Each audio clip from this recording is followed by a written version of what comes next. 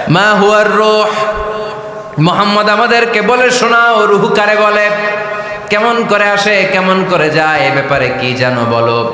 2 number প্রশ্ন, মানহুম আসহাবুল কাহাফ, আসহাবে কাহাফ সম্পর্কে কি জানো। 3 নাম্বার প্রশ্ন, মান হুয়া যুলকারনাইন, যুলকারনাইন বাদশা সম্পর্কে কি জানো। আল্লাহর হাবিব সাল্লাল্লাহু আলাইহি ওয়াসাল্লাম বললেন গাদান উজিবুকুম, আগামীকাল বলে দেব। কি বললেন? সবাই বলেন উত্তরে কি বললেন? আগামীকাল বলে দেব। তো আগামীকাল সবাই এসে হাজির। বলো, 3টা প্রশ্ন রেখেছিলাম গতকাল, উত্তর বলো। আল্লাহর হাবিব সাল্লাল্লাহু আলাইহি ওয়াসাল্লাম বলতে পারলেন না, কারণ ওহী আসেনি। তিনি ছিলেন ওহী নির্ভর, ডিপেন্ডেন্ট অন ওয়াহি, dependent on revelation, guided by the ওয়াহি। তিনি এর পরের দিনে বললেন গাদান উজিবুকুম, আগামীকাল বলবো। এর পরের দিনে এরা এসে হাজির, উত্তর নাই।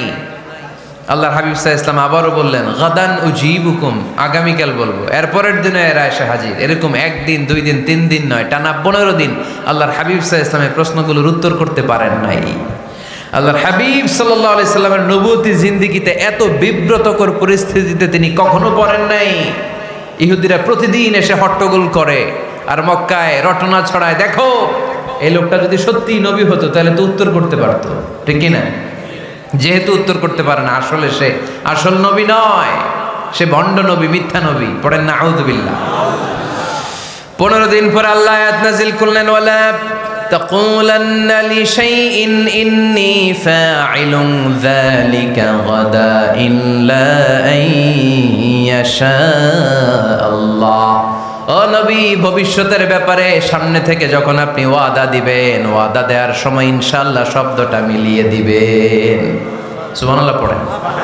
আল্লাহর হাবিব সাল্লাল্লাহু আলাইহি সাল্লামকে শিখানোর মধ্য দিয়ে গোটা উম্মাহকে আল্লাহ শিখাই দিলেন যে ভবিষ্যতের কমিটমেন্ট যখন দিব, প্রমিস যখন দিব, প্রমিস দেওয়ার সময় কি বলবো? কি বলবো? আল্লাহর হাবিব সাল্লাল্লাহু আলাইহি সাল্লাম ইনশাআল্লাহ বলতে ভুলে গিয়েছিলেন। এজন্য 15 দিন, টানা 15 দিন ওহী আসে নাই। আল্লাহর হাবিব সাল্লাল্লাহু আলাইহি ওয়াসাল্লাম একবার মসজিদে নববীতে ঢুকলেন, ঢুকেই দেখলেন সাহাবারা কথা বলছে। এক সাহাবী বললেন, আমার কাছে তো সবচেয়ে অবাক লাগে যে আল্লাহ তাআলা সর্বপ্রথম যে মানুষকে বানালেন ওনার নাম কি? সবাই পড়েন। তুমি মাটির আদমকে প্রথম সৃষ্টি করিয়া ঘোষণা করিয়া দিলে শ্রেষ্ঠ বলিয়া, তাই তো নূরের ফেরেশতা করে আদমকে সেজদা, ঠিক কিনা? তাই তো নূরের ফেরেশতা করে আদমকে সেজদা, সবার চেয়ে সম্মান দিলে মাটির আদমকে। আল্লাহু আল্লাহু তুমি জাল্লে জালালুহু, শেষ করা তো যায় না গে তোমার গুণগান। আল্লাহু আল্লাহু, সুবহানাল্লাহ পড়েন। এই সাহাবী বললেন যে আমার কাছে সবচেয়ে অবাক লাগে যে আল্লাহ তাআলা প্রথম মানুষ হিসেবে আদম আলাইহিস সালামকে বানালেন আর ওনাকে উপাধি দিলেন সফিউল্লাহ। আদম আলাইহিস সালামের উপাধি উত্তর দিতে হবে আওয়াজ করে। আদম আলাইহিস সালামের উপাধি কি ছিল? আল্লাহর হাবিব সাল্লাল্লাহু আলাইহি ওয়াসাল্লাম দূরে দাঁড়িয়ে শুনছেন সাহাবাদের কনভারসেশন। আরেক সাহাবা বললেন, আরে আমার কাছে তো এর চেয়েও বেশি অবাক লাগে যে তিনি মুসা আলাইহিস সালামকে বানিয়েছেন নাজিউল্লাহ। নাজিউল্লাহ, যে আল্লাহর সাথে না যা ইউনাজি, মুনাজাত করে, গোপনে কথা বলে, কালিমুল্লাহ। এইটা অবাক লাগে যে আল্লাহ তাআলা কোনো মিডিয়া ছাড়া, ভায়া ছাড়া, মাধ্যম ছাড়া পৃথিবীর একটা মানুষের সাথে সরাসরি কথা বলবেন। আমার কাছে তো উনার মর্যাদাটা সবচেয়ে বড় মর্যাদা মনে হয়, উনি নাজিউল্লাহ। আরেক সাহাবা বললেন, আমার কাছে তো এর চেয়েও বেশি অবাক লাগে সাইয়েদনা ইব্রাহিম আলাইহিস সালামের ব্যাপারটা, কারণ ওনাকে আল্লাহ তাআলা বানিয়েছেন খলিলুল্লাহ। তাহলে একজনকে পাওয়া গেল সফিউল্লাহ, আরেক নবীকে পাওয়া গেল কালিমুল্লাহ বা নাজিউল্লাহ, আরেক নবীকে পাওয়া গেল খলিলুল্লাহ। এই কনভারসেশন যখন আল্লাহর হাবিব সাল্লাল্লাহু আলাইহি ওয়াসাল্লাম শুনলেন, আল্লাহর হাবিব সাল্লাল্লাহু আলাইহি ওয়াসাল্লাম মসজিদে নববীতে প্রবেশ করে সাহাবাদেরকে বললেন, তোমরা যা বলেছো আমি সব শুনেছি, তোমরা যা বলেছো সব সত্যই বলেছো, ঠিকই বলেছো। আল্লাহ তাআলা একজনকে বানিয়েছেন সফিউল্লাহ, একজনকে বানিয়েছেন খলিলুল্লাহ, একজনকে বানিয়েছেন কালিমুল্লাহ। তবে জেনে রেখো আমি হচ্ছি হাবিবুল্লাহ, আমি Habibullah. The higher status, the highest peak of the status, সবচেয়ে উঁচু স্ট্যাটাস হচ্ছে আমার। খলিলুল্লাহ মানে আল্লাহর বন্ধু, হাবিবুল্লাহ মানে হচ্ছে আল্লাহর বন্ধু, কিন্তু খলিলুল্লাহ এমন বন্ধু যেই বন্ধু আল্লাহকে খুশি করার জন্য কাজ করে। আর হাবিবুল্লাহ হচ্ছে আল্লাহর এমন বন্ধু যেই বন্ধুকে খুশি রাখার জন্য আল্লাহ নিজেই কাজ করে। আল্লাহর হাবিব সাল্লাল্লাহু আলাইহি ওয়াসাল্লাম ছিলেন হাবিবুল্লাহ। চিল্লায় বলেন তিনি কি ছিলেন? হাবিবুল্লাহ। এত মর্যাদা, এত সম্মান, এত স্টেটাস গোটা বিশ্বের দ্বিতীয় কারো আছে? আল্লাহর হাবিব সাল্লাল্লাহু আলাইহি ওয়াসাল্লামের নুরানি চেহারার মতো চেহারা পৃথিবীর অন্য কারো আছে?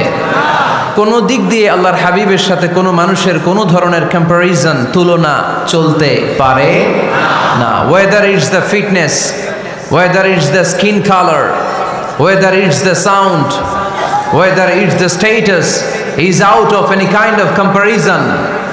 তিনি সব ধরনের তুলনার ঊর্ধ্বে।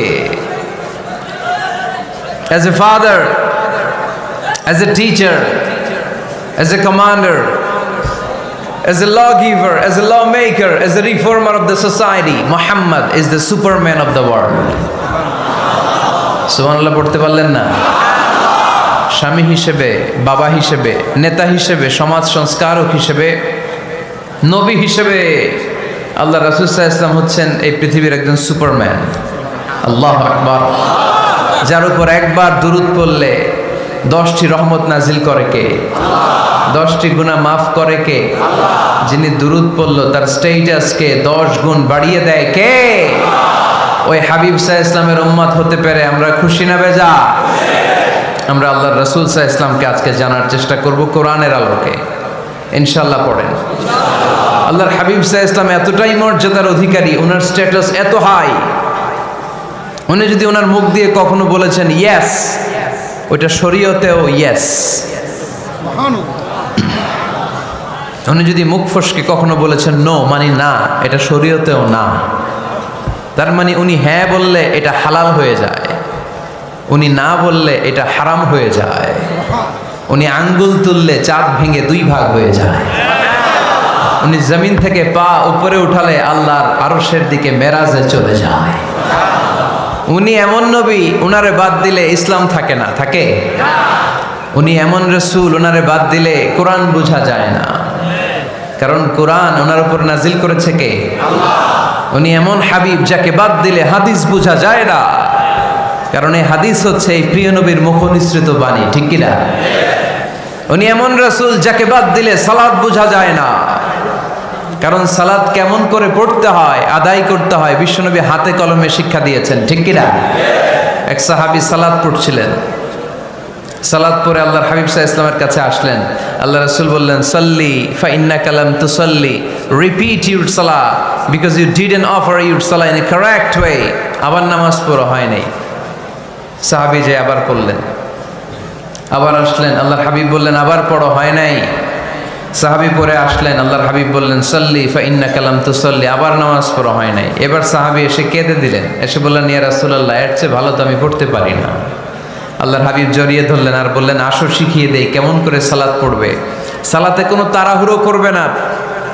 রুকুতে যখন যাবে তোমার পিঠটা হবে স্ট্রেইট ফরওয়ার্ড, স্ট্রেইট ফরওয়ার্ড।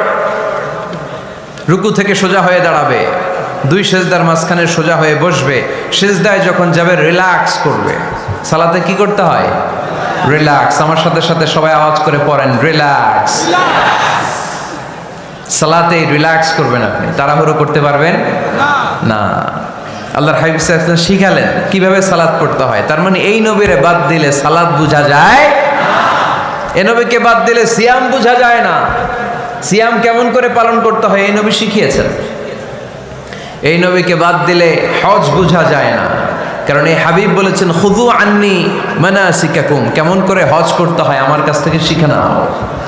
এ নবী এমন নবী, এ নবীরে বাদ দিলে জান্নাতে যাওয়া যায় না, ঠিক কি না? এজন্য এই হাবিবরে বাদ দেয়া যাবে? আল্লাহর হাবিবের চাইতে শ্রেষ্ঠ কাউরে পাওয়া যাবে? আমার নবীর চাইতে বিশ্বস্ত কেউ আছে? সে কোন বন্ধু বলো বেশি বিশ্বস্ত? সে কোন বন্ধু বলো বড়